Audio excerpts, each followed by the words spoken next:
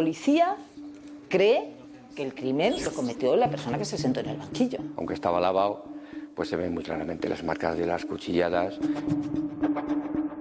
Recibe muchísimas puñaladas, 56. Muchas centradas en el cuello y en el torso, con lo cual casi estaba decapitado. No le consideraron nunca capaz de hacer lo que se le imputaba y además no es ni agresivo ni violento. Que lo mío no era estar con un señor. La prueba principal del asunto que había conducido al imputado al banquillo de los acusados, pues se anuló. El crimen ha quedado impune.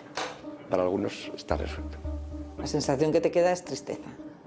Los jurados encontramos al acusado del hecho delictivo de asesinato por unanimidad.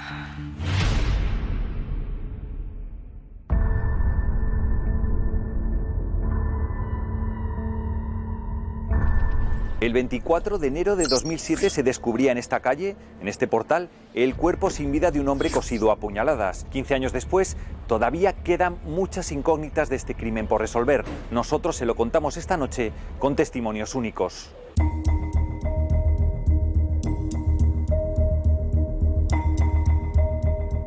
Es Rafael Lasala, el juez que instruyó el caso.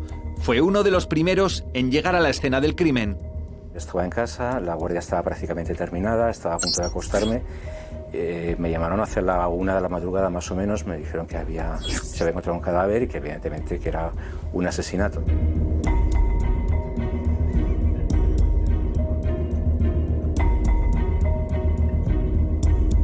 La casa la encontramos aparentemente ordenada, es verdad, en los dormitorios había un desorden fingido, me lo dijo la policía, no porque yo lo sepa, fíjese que están como todos los abrigos de los armarios, como sacados todos juntos y volcados sobre la cama, para simular que había sido a lo mejor un intento de robo.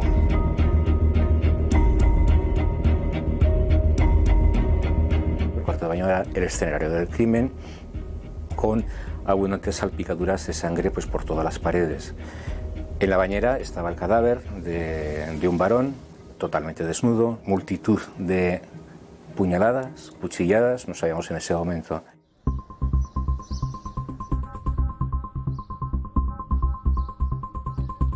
Aquí se le practicó la autopsia a Francisco Lozano Gaceo días después de su muerte. Este forense fue quien la realizó. Ya nos advierte que no va a entrar en muchos detalles. Realmente preferiría no entrar a valorar ese punto. Pero sí hay algo que recuerda bien de este caso. Básicamente la violencia del cuerpo, la violencia que se había ejercido sobre el cuerpo y sobre todo la sangre, los restos de sangre que había en la habitación y las diferentes zonas de proyección, pero específicamente la violencia que ese cuerpo había recibido. Eduardo Bayona, que entonces trabajaba en el periódico de Aragón, recuerda bien este caso. Fue uno de los crímenes que ha tardado mucho tiempo en olvidar. Recuerdo ver algunas fotografías durante la instrucción y en vísperas del juicio, cuando preparas un poco para refrescas, ¿no? Un poco la cuestión, y las fotos son sencillamente brutales. Digamos que hemos tenido alguno, por desgracia, con un nivel similar de violencia, pero vamos, digamos que era significativo en relación al trabajo ordinario habitual nuestro. El cuerpo había sido inicialmente, agredido en posición vertical y posteriormente el cuerpo se había dejado en la posición que se encontró simplemente por una cuestión de lógica, porque tenía lesiones por el plano anterior y lesiones por el plano posterior. De pronto recuerda algo llamativo. Después del crimen, el cuerpo se limpió. Estaba ladeado y aparte de eso con indicativos de que la bañera había sido, se había intentado limpiar. El cuerpo estaba bastante limpio, como si lo hubieran lavado. Esto es algo como poco inusual en las escenas de los crímenes, ¿no? La combinación de tamaña brutalidad, como se describe en las autopsias y en las investigaciones, con la frialdad que denota el hecho de después estar ahí limpiando huellas, limpiando la escena del crimen y dejando una especie de escenografía, ¿no? Estamos hablando de un crimen de los que vemos en CSI o en Mentes Criminales, ¿no? Digamos que se alivió la escena. ¿Se alivió? No existía un volumen de sangre, relacionado directamente con la cantidad previsible de sangre por las lesiones que tenía el cuerpo. El asesino combinan la brutalidad con la frialdad. Había un total de unas 40 heridas y el resto, hasta 54, en el cuello. Nosotros estimamos que era un arma de tipo bicortante que cortaba por los dos lados y digamos que superaba el simple puntazo, por decirlo de alguna manera. No recuerdo exactamente la longitud, pero vamos, eran heridas penetrantes porque inclusive alguna llegó al corazón. Recuerdo ver algunas fotografías durante la instrucción y en vísperas del juicio, cuando preparas un poco para refrescas, ¿no?, un poco la cuestión, y las fotos son sencillamente brutales. Parece que no tuviera pene, pero sin embargo tampoco tenía pecho. Entonces digo, ¿que esto qué es? Luego ya me acerco más, entonces en un segundo ves que es un varón, pero llama la atención mucho la posición de los genitales, que está oculto, está como si deliberadamente se hubieran puesto debajo de los muslos y hubieran cruzado luego los muslos para taparlos por completo. No se veía ni el vello púbico, se veía.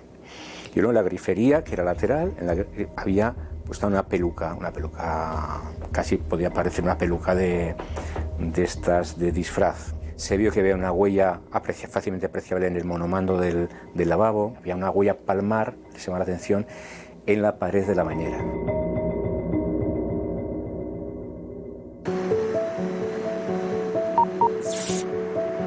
A 120 kilómetros de Zaragoza está la localidad de Ariza. Aquí nació Francisco Lozano Gaceo, la víctima de este crimen.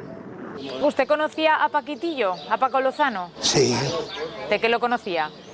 Pues no sé, de verlo aquí en el pueblo, y era muy devoto. Siempre estaba en la iglesia. Era de aquí de siempre, de toda la vida. ¿Cómo le llamaban aquí? El Paquitillo. El Paquitillo le llamaban. La familia de toda la vida de aquí. Familia, buenas personas y todo. Y él igual. Se fue a Zaragoza el muchacho a trabajar y no sabemos lo que pasó. Ni él ni nadie. Lozano falleció en enero de 2007. Recibió más de 50 puñaladas en este domicilio de la calle José Moncasi. Pues lo conocía de estar por aquí. ¿Sabe quién fue? No sabemos quién, no sabemos nada. ¿Saben que hubo tampoco te lo voy a decir. ¿Saben que hubo un acusado? Que yo no quiero hablar, porque me llevo bien con sus hermanos y... Que lo pasarían mal, ¿no? Y no quiero yo hablar. Que los hermanos no están, ¿no? Nos dicen que está uno en Soria. Uno está en Zaragoza, otro en Soria y otro aquí. Alguien tendría que ser que entró en su casa. ¿Tiene familia por aquí? Pues sí, debe tener una hermana que vive allí al lado del Paso Nivel. Trabaja en la residencia. Nos acercamos hasta la residencia donde trabaja Isabel. Nos dicen que está de vacaciones. No está. ¿No está? De vacaciones. Hablando con los vecinos, descubrimos que acaba de regresar. No contesta en su domicilio. Finalmente la localizamos por teléfono, pero no quiere recordar la muerte de su hermano. Nada, vale. Pues nada, Isabel, que lo entiendo. Gracias, ¿eh? Los vecinos, sobre todo, destacan su relación en el pueblo con la cofradía y la iglesia de Ariza.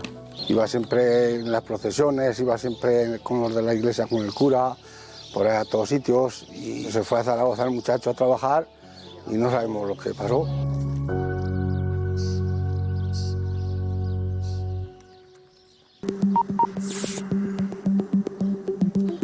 Años después volvemos a la calle Moncasi. La mayoría de comerciantes y vecinos a los que preguntamos parece que han querido olvidar. Debe ser en esta casa. En la casa número 8, primer piso, justo encima de esta cerrajería que lleva muchos años aquí, pero donde tampoco recuerdan mucho. Nos remiten al bar más cercano. Tampoco aquí quieren contarnos detalles.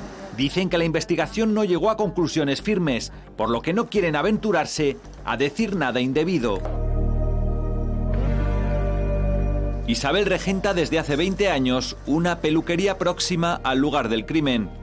Sí recuerda lo que pasó. El recuerdo es que fue muy alarmante porque yo lo conocía de que tengo aquí una peluquería y había venido a cortarse el pelo varias veces y bueno, era un señor súper educado, correcto, yo nunca tuve ningún problema, entonces esta noticia fue un poco alarmante, ¿no? Porque no esperábamos que este señor acabara así. Sabía que tenía contactos por internet o algo así, creo que leí en alguna ocasión, pero no tuve mucho interés en saberlo. Me me dio tanta pena que sé que era mejor no saber lo que había pasado, vamos. Una muerte así inesperada y de esa forma tan brutal, pues la verdad es que sí que se sintió en el barrio. Todo el barrio quedó conmocionado. Bastante, porque al mozo que mataron era bastante buena persona. En la bañera de su casa, porque se lo subió, yo no sé si le dio algo, que se lo subió a su casa y lo mató en la bañera, lo mató y ahí lo dejó. Como no encontraron pruebas.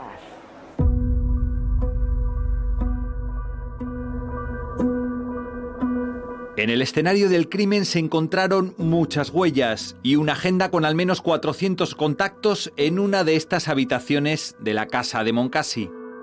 De todos los investigados por la policía destacó uno, Francisco Lozano Agustín. Curiosamente, se llamaba igual que la víctima. José Luis Melguizo fue su abogado. Aparece el cadáver. En la inspección ocular encuentra una agenda con más de 400 contactos. Y entonces ven con quién ha mantenido contactos las fechas próximas al asesinato. Citan a este chico como testigo en comisaría, en el grupo de homicidios. Él dice no recordar, le hacen varias preguntas y lo ponen en libertad. La investigación se centra en esta persona. Descubren que hay mensajes previos que le situarían en el lugar y la noche del crimen. La policía habla con el sospechoso después de entrevistarse con 200 personas, lo localizan y hablan un día con él, le dicen que vaya a verlos. Marta Garú es periodista de sucesos del Heraldo de Aragón. Siguió muy de cerca este caso hace ya 15 años. Recuerda así una de las entrevistas que tuvo la policía con este sospechoso. Cuando le preguntan si lo ha matado, él dice que no se acuerda. Entonces esto pone alerta a la policía. Me lo pone en conocimiento, me dicen nos hemos encontrado con esta persona que nos ha parecido muy llamativo y sobre todo que es la persona con la que tenemos varios mensajes enviados, varios SMS enviados por el que finalmente se ha investigado, diciendo que quería verle, que si podíamos quedar, insistiendo. Paco no contestaba y al final, hacia las 7 menos cuarto de la tarde, Paco le contesta y dice: vente si quieres esta noche, cariño, o algo así.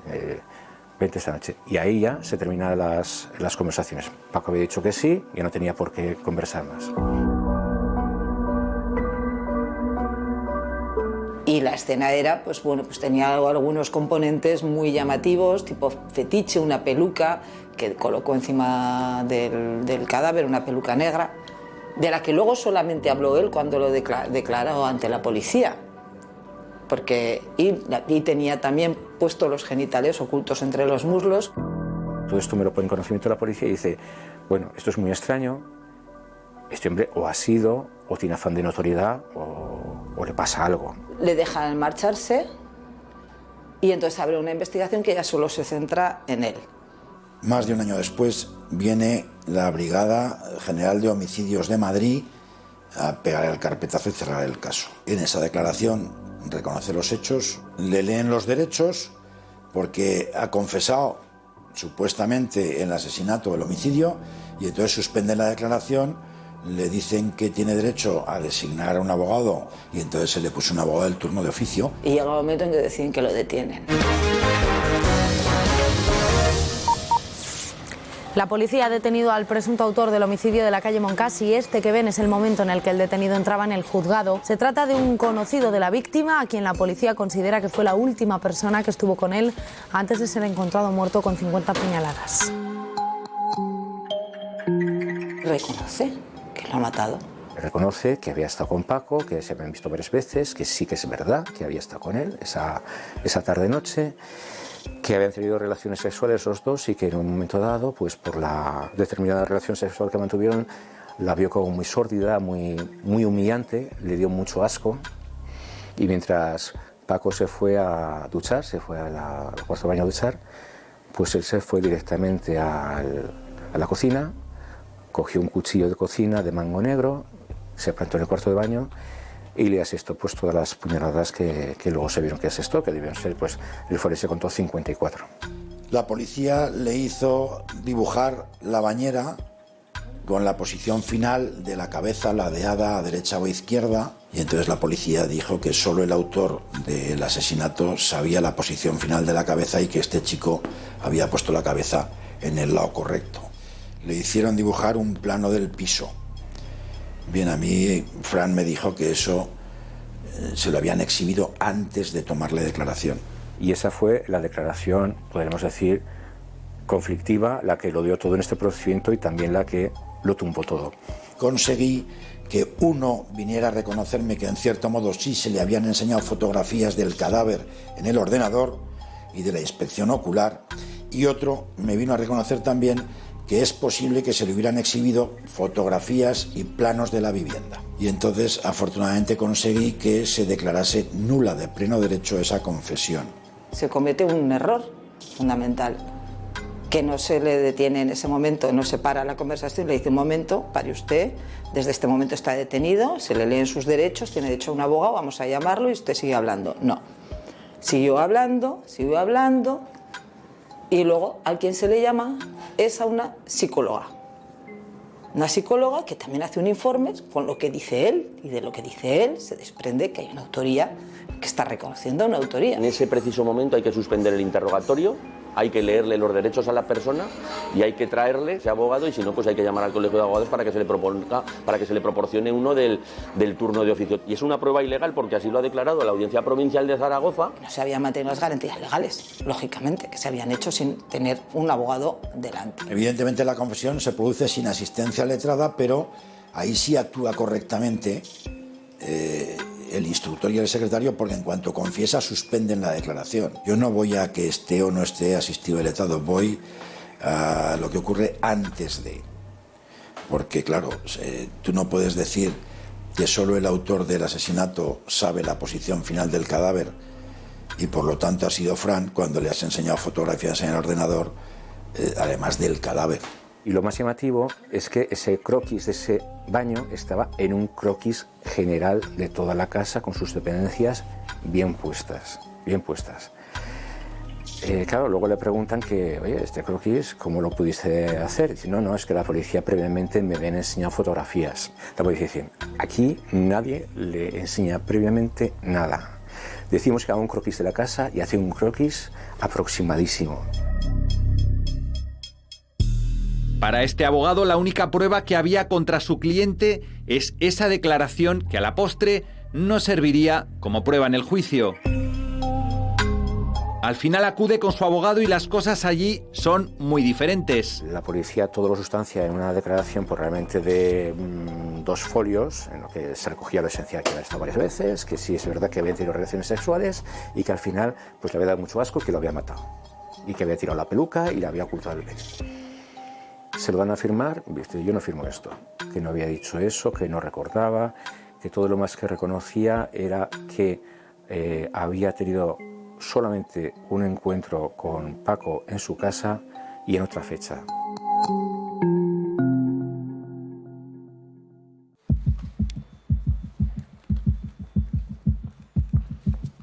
Vais a poder tirar todas las que queráis, que no pasa nada. Así se dirigía el abogado del detenido a la prensa, que el primer día del juicio ya quería tener esa imagen y poder ver cómo se enfrentaría al jurado popular. Había tenido un accidente de tráfico con 11 años, un trastorno que no era una enfermedad mental, sino un trastorno, pues un retraso en el pensamiento, pero un pensamiento de elaboración más lenta, pero que luego no le impidió hacer una vida normal. Se casó, tuvo hijos, en fin, lo que pasa es que vivió una infancia desde los 11 años pues muy sobreprotegido. Entonces, luego se puso de manifiesto en el juicio que tenía una especie de doble vida.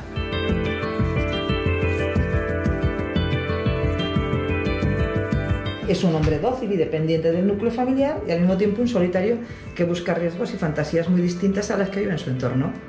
De ahí que se creara una doble vida. Era un solitario que quería aventuras y vivir vidas distintas. Y eso también se puso de manifiesto en la investigación. Esas aventuras homosexuales en saunas y en contactos que establecía. Y con Francisco Gaceo, con Paco Gaceo, Paco Lozano Gaceo, claro, yo les llamo por el apellido Paco Gaceo y Paco Agustín para diferenciarlos porque paradójicamente se llamaban igual, nombre y nombre y apellido, pues contactó por un anuncio homosexual, eso a través de un anuncio de televisión. Pues Fran es un chaval que yo creo que es muy tranquilo, que es incapaz de hacer daño a nadie, que es un poco retraído. Yo no le he considerado nunca capaz de hacer lo que se le imputaba, y además no es ni agresivo ni violento.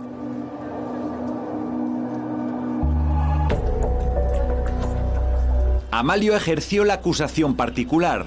Representó a la familia de la víctima, de Paco Lozano Gaceo. Es natural de Ateca, una localidad próxima al pueblo al que pertenecía Paco, a Ariza.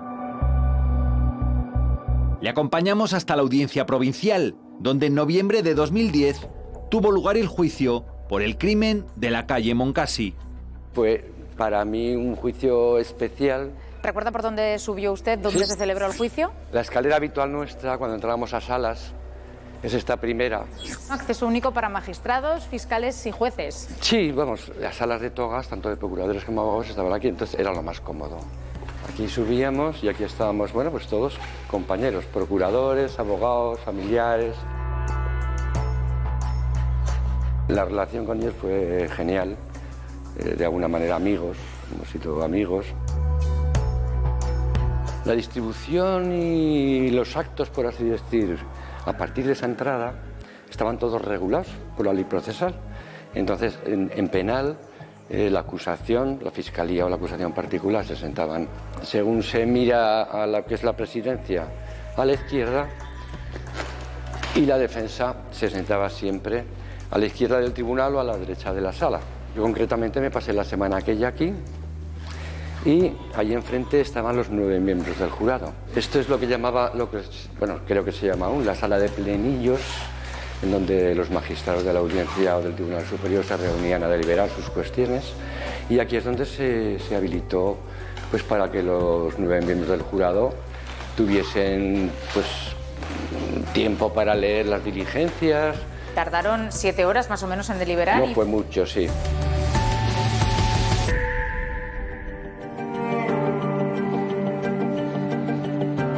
Es innegable que es un trasfondo de una cita entre un homosexual y alguien que niega ser homosexual. Eso es así. ¿Usted es consciente de lo que se le pregunta y de lo que responde?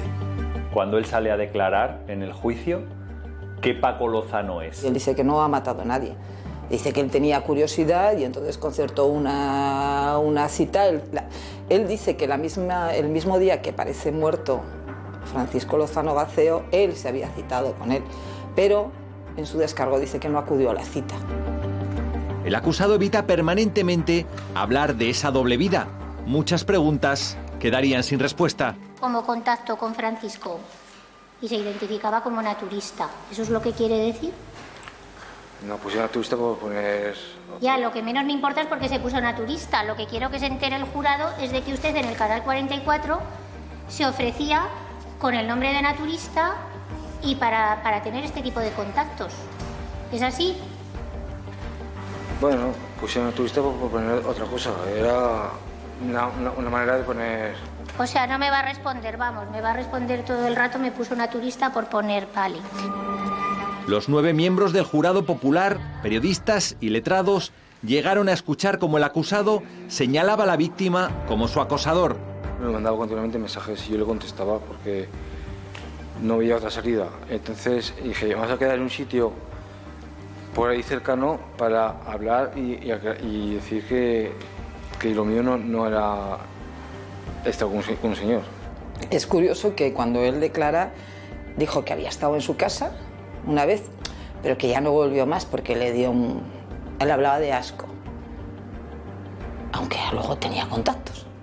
Ha entrado en la audiencia por su propio pie y sin esposas. Pasó 18 meses en prisión tras confesarse culpable del apuñalamiento de un hombre. Todo ocurrió en 2007 en un piso de la calle Moncasi, en Zaragoza. Este hombre fue detenido, confesó su culpabilidad ante la policía, pero lo hizo sin que su abogado estuviera delante. Y eso hizo que se anulara ese testimonio. Es decir, el jurado popular que tiene que emitir su veredicto no podrá tenerlo en cuenta.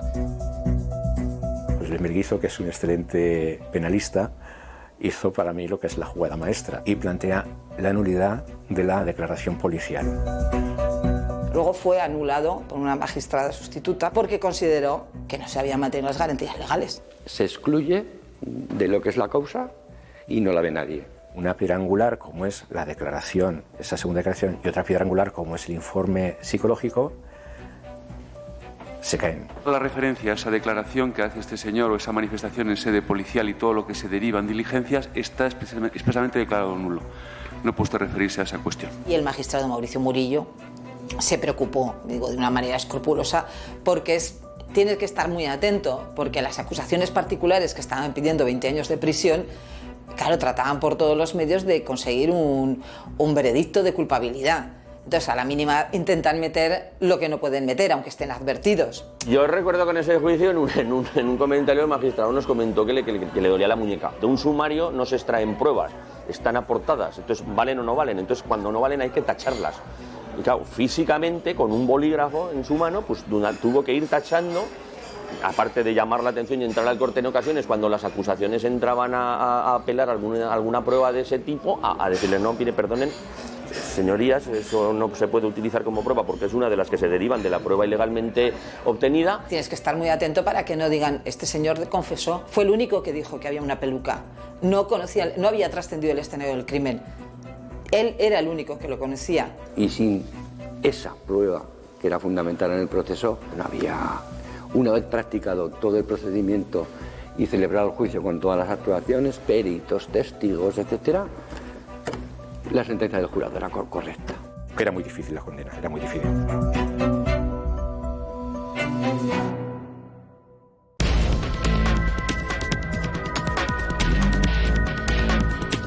El juicio duró más de una semana, intensas jornadas en las que cada uno exponía sus argumentos.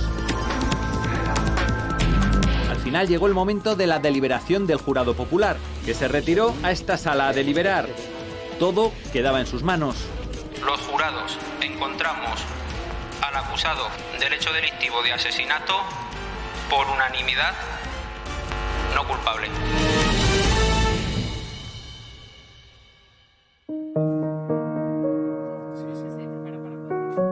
No se encuentran ADN ni huellas del acusado. No se encontró ninguna huella de él. Eso así de claro, así de claro. Las huellas que se encontraron fueron del vecino del tercero y de la otra persona que había tenido relaciones con él el domingo. Pero tenían coartada. Sí, sí. La policía los descartó,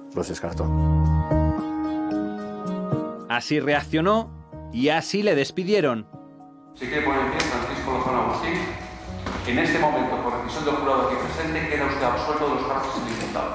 Puede usted marcharse tranquilamente. Hace ya 15 años, pero José Luis, el abogado del acusado, recuerda perfectamente la emoción al conocer el veredicto. Fue muy emotivo porque además fue por unanimidad. A día de hoy me emociona. A ver, es una persona que estuvo 19 meses en prisión, el sufrimiento de los padres, de la familia, de su mujer, que estaba embarazada cuando le detuvieron.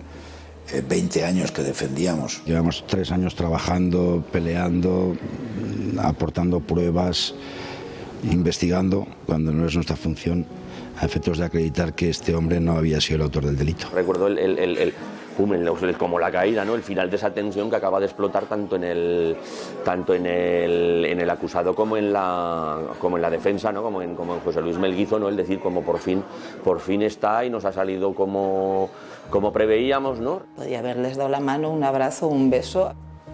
Lógicamente, estaba jugando 20 años de prisión. El padre, cuando bajábamos las escaleras, no llegó. Se tuvo que sentar en mitad de las escaleras llorando con una crisis de ansiedad. Era muy difícil la condena, era muy difícil. Una piedra angular como es la declaración, esa segunda declaración, y otra piedra angular como es el informe psicológico, se caen.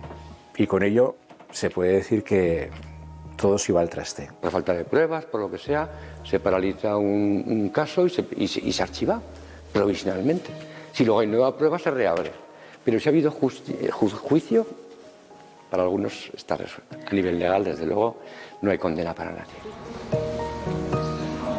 La policía cree que el crimen lo cometió la persona que se sentó en el banquillo.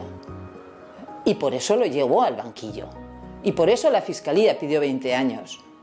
O sea, yo no lo sé. Lo sabe la Fiscalía, que pedía 20 años, y lo sabe la policía, que lo sentó en el banquillo. No sabremos nunca si la persona que estuvo en el banquillo es o no el asesino. Nunca lo sabremos.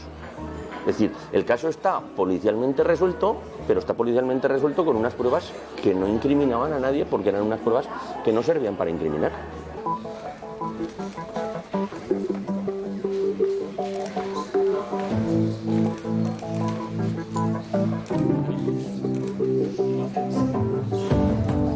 El caso no resuelto, claro, evidentemente. Siempre estamos en resolución judicial, resolución policial. Para la policía, para ellos está resuelto policialmente. Ya está el autor y realmente nunca más me dijeron de volver a investigar al de la huella palmar, al de la huella. Pues de la huella, claro, realmente no tenía nada que ver. Si es un crimen pasional, pues entiendo, yo he defendido alguno. Te ensañas con la víctima y te marchas. Y aquí había muchos detalles periféricos, los genitales, la peluca. No sé si dejar el periódico El País ahí con notas manuscritas fue para desviar la atención. Yo creo que esto lo hizo alguien que lo tenía pensado. Ahora la policía podría iniciar una nueva investigación. Si no es así, el caso podría quedarse sin resolver. Se podría reabrir. Eso debe hacerse en su momento. Pero se cerró la investigación a costa de Fran. Queda un vacío, queda una desconfianza, te queda un cabreo porque cuando hay un trabajo que no se hace bien y por culpa de que no se haya hecho bien hay unas consecuencias graves, pues claro que te queda cabreo. No es la primera vez que pasa, ha habido casos que dices, bueno, no, es que esta persona no era, y te queda una vía abierta para encontrar al verdadero culpable. Pero cuando te has cerrado la puerta, ya no, eso no tiene vuelta atrás. Había mucha gente que iba a su casa y hay gente que incluso apenas conoces de nada. Entonces todo quedó muy abierto y en la sentencia del jurado pues, realmente dijo que no había pruebas materiales directas. Todo quedaba muy ambiguo y mientras haya otras opciones razonables de condena, no se puede condenar a esta persona. Me da mucha lástima la familia. Me da mucha lástima porque piensan que han perdido ellos a un ser querido, independientemente de que estuvieran de acuerdo o no con que viviera de una manera u otra. A una persona pacífica que no se metía con nadie. Entonces, la sensación que te queda es tristeza.